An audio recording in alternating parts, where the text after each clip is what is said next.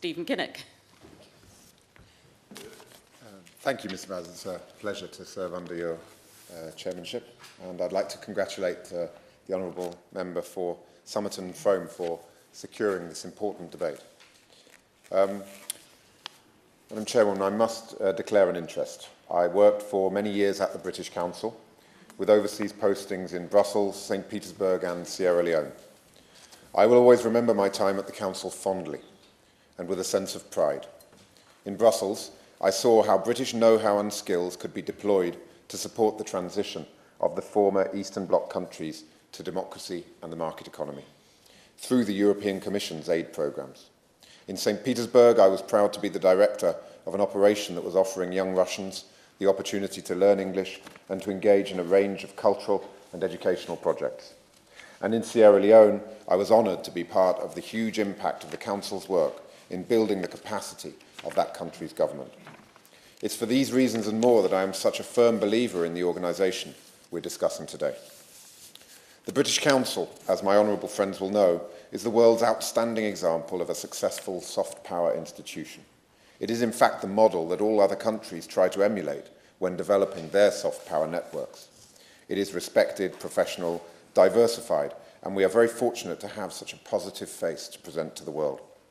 As the Honourable Member for Somerton Frome has already mentioned, the British Council was founded to create a friendly knowledge and understanding between the people of the UK and the wider world, and has been promoting the values of fairness, democracy, tolerance and dialogue across the world for decades.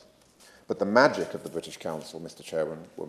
Chairman, is that it does not promote these values by way of megaphones or propaganda. Rather, the BC operates through the mediums of exchange and long-term relationship building.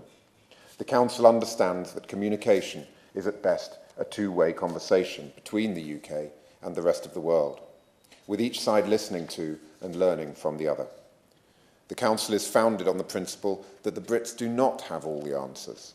It's a vehicle for building trust through honest and open dialogue, as opposed to banging the drum for Britain, which can be so counterproductive. At a time when we are more interconnected as a planet than ever before, where trust is a rare commodity, and the long-term trust and confidence-building work of the British Council has never been more important, these are the values that we require if we are to minimise the culture clash and violence that often results. It's through the British Council that we engage civil society in countries where the governments aren't always our closest allies. It's through the British Council that we propagate a love for our art and music around the world. It's through the British Council that we can build grassroots understanding of democratic practices and harness the power of sport to inspire and engage young people from all over the world. It's through the British Council that we promote ourselves as a top-rung tourist destination and trading partner. It is through the British Council that we ensure the propaganda our enemies disseminate about us is dismantled. Why then is the British Council facing such huge cuts, when we can all agree that the work it does is more important than it has ever been before? This year, the Council's FCO grant was increased from last year's by £10 million to reflect the British Council effectiveness in delivering ODA. In fact, the Independent Commission... I will be waiting.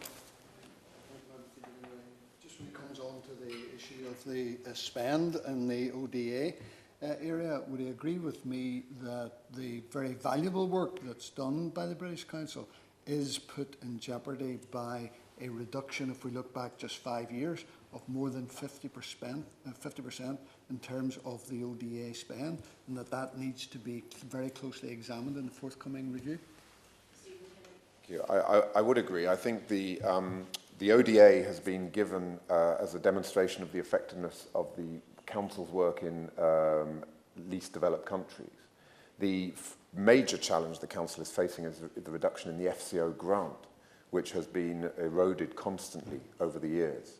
And I think, as the Honourable Member mentioned earlier, the fundamental problem with that is that it increases the Council's reliance on commercially generated funding, which we all acknowledge and welcome. But that reduction in grant funding reduces the flexibility of the British Council to operate wherever it needs to and can in this rapidly changing world. So I would absolutely agree that the reduction in the grant is having a negative impact on the Council's ability to deliver across the board. Yes, I will. In addition to that point, is not the concern about decrease in funding from the FCO is that it's not just about having to make up that lost income, which when one talks about commercial activities, can be many times the factor of the income required. A turnover of 100 million, for example, may just about produce a profit of 10 million when you're looking at a 50 million reduction over 5 years from the FCO. But it's also raises questions about it could threaten the integrity and the credibility of the British Council as it becomes more commercial in order to make up for lost revenue. Does he consider that to be a risk as well? I do consider that to be a risk, and also a point that I'll make a little bit later, which is that my experience of the English language teaching and exams work is that it is very important, makes a big impact, it's very lucrative, but it tends to be for the elites in the societies where the British Council is operating. British Council is always in the top, it's the high end of English language learning, and people pay top dollar for it.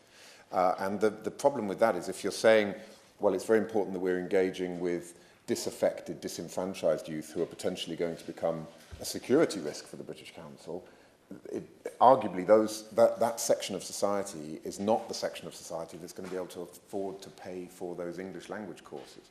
So I think it also, if we're looking at the strategic objectives and values of the Council, it's very important that its reach is wide and that it goes into sections of society that its English language teaching and exams administration simply cannot reach.